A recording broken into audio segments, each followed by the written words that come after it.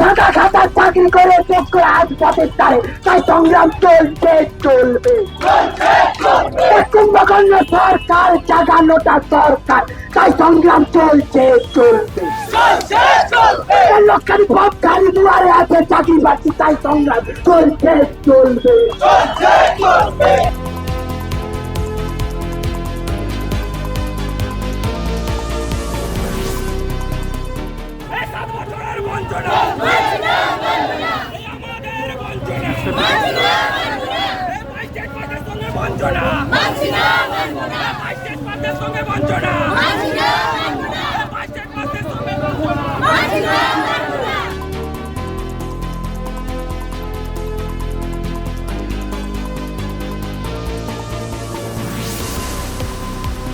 এটা হচ্ছে আপনারা যে মূর্তিটা দেখতে পাচ্ছেন, সেটা হচ্ছে এটা প্রতীকী আমরা ব্রেন তৈরি করেছি।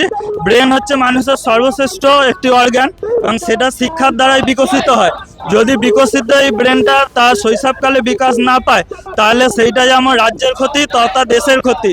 তো সেই ক্ষতিকে যাতে আজকে আমরা আটকাতে পারি, সেই কারণে আমরা বহুবার পথে নেমেছি, আজকে ফের পথে নেমেছি এই বার্তা দিতে যে পর্যাপ্ত শূন্যপদ যদি ধর্মতলা থেকে উনি বলতে পারেন 10 লক্ষ শূন্যপদ আছে, তাহলে আমাদের মোটে 50,000 কেন তিনি দিতে পারছেন না? এতদিন হয়ে গেছে, 2022 সালে টেট হয়েছিল, তারপর আজকে বহুদিন 24 সাল, প্রায় 2 বছর। 2017-তে প্রাইমারি টেট লিখিত পরীক্ষা হয়েছিল, তার এই সবের নিয়োগ এত কেন দেরি?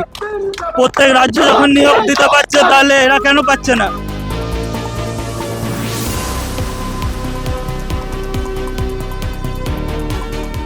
দু সাল থেকে 2022 এই দীর্ঘ 5 বছরে একটাই প্রাথমিক টেট, সেটা 2022 সালের ডিসেম্বর মাস। সুপ্রিম কোর্টের অর্ডারে রেজাল্ট পাবলিশ করে জানানো হয়েছিল বছরে 2 বার নিয়োগ হবে, কেউ বসে থাকবে না। কিন্তু আজ 24 সাল, 2 বছর অতিক্রান্ত, আমরা যোগ্য, এখনো ইন্টারভিউ নোটিশটুকু পাইনি। কি অপরাধ আমাদের? শিক্ষক হওয়াটা কি? শিক্ষক হওয়ার স্বপ্ন, সমাজ গড়ার কারিগর, এই স্বপ্নটা দেখে কি আমরা ভুল করেছি? পাচ্ছি না পরিবারের মুখে হাসি ফোটাতে, পাচ্ছি না নিজের স্বপ্ন পূরণ করতে। আর কতবার রাজপথে নামতে হবে? মুখ্যমন্ত্রীর কাছে বার্তা দিচ্ছি, আর কতবার, আর কবে আমরা, আমাদের আর অল্প একটু যোগ্য সম্মান বাকি আছে, ইন্টারভিউটা হলেই আমরা শিক্ষক। আর কবে?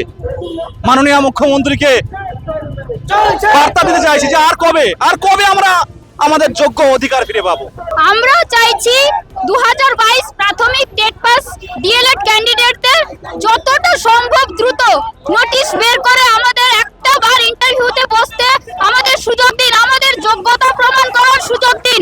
মাননীয়, আপনার কাছে হাত জোড় করে আমরা বলছি, আমিও একটা মেয়ে, আপনিও একটা মেয়ে, আপনি এই রাজ্যে মেয়েদের জন্য অনেক কিছু করছেন, কন্যাশ্রী থেকে শুরু করে লক্ষ্মীর ভান্ডার থেকে শুরু করে অনেক কিছু করছেন, কিন্তু আমাদের চাকরি দিচ্ছেন না। আমরা লক্ষ্মীর ভান্ডার পেয়ে গর্বিত, আমরা খুশি, কিন্তু আমরা লক্ষ্মীর ভান্ডারের বিরোধিতা করছি না, কিন্তু আমাদের চাকরির ভান্ডার আজকে শূন্য। মাননীয়, আজকে দিকে দিকে বর্বরতা, সামাজিক বর্বরতা। আমিও একটা মেয়ে, আজকে মেদিনীপুর থেকে আজকে কলকাতায় ছুটে এসেছি নিজের জীবন হাতে নিয়ে, কারণ যত এই সমাজে যত শিক্ষায় ঘুণ ধরবে, তত কিন্তু সামাজিক বর্বরতা কিন্তু এভাবে বাড়তে থাকবে। তাই আজকে আমি একজন মেয়ে হয়ে চাইছি, এই যোগ্য হবু শিক্ষক শিক্ষিকাদের হাতে চক ডাস্টার তুলে দিন।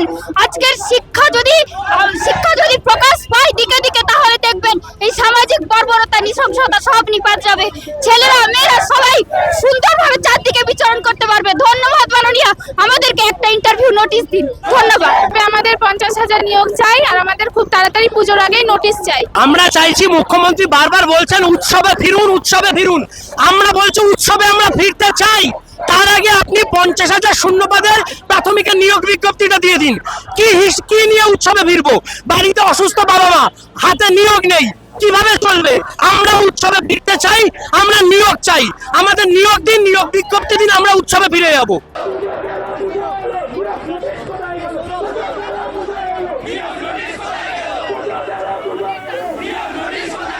আজকে আমরা দীর্ঘদিন ধরে রাস্তায় পড়ে রয়েছি, 7 বছর ধরে বঞ্চিত, প্রায় 2 বছর ধরে রাস্তায় আমাদের বিভিন্ন কর্মসূচি করছি শুধুমাত্র একটা ইন্টারভিউ নোটিশের জন্য। আজকে আমাদের বয়স অতিক্রান্ত হতে চলেছে, 50,000 ভ্যাকেন্সি আছে বলেছেন, 10 লক্ষ নাকি চাকরি আছে, তাহলে সেই চাকরি কোথায়? আমরা কেন হাতে পাচ্ছি না? আমরা বেকার হয়ে রাস্তাতে ঘুরে বেড়াচ্ছি, আমাদের তো রাস্তায় থাকার দরকার নেই, আমরা রাস্তায় থাকতে চাই না, আমরা চাকরি করতে চাই। আমাদের অবিলম্বে 50,000 শূন্যপদে পুজোর আগে নোটিশটা চাই এবং আমরা চাইছি, আমরা দীর্ঘ 7 বছর ধরে বঞ্চিত হয়ে আছি, যাতে আমাদের দ্রুত 50,000 ভ্যাকেন্সি সহ আমরা নিয়োগ চাই। হ্যাঁ, নিয়োগ চাইছি, কারণ আমাদের অধিকাংশ ছেলেদের এই বয়স প্রায় শেষ হয়ে গেছে, তাই আমরা অতি শীঘ্র 50,000 ভ্যাকেন্সি সহ আমরা নিয়োগ চাই মুখ্যমন্ত্রীর কাছে। আমাদের একান্ত এটা আমার অনুরোধ।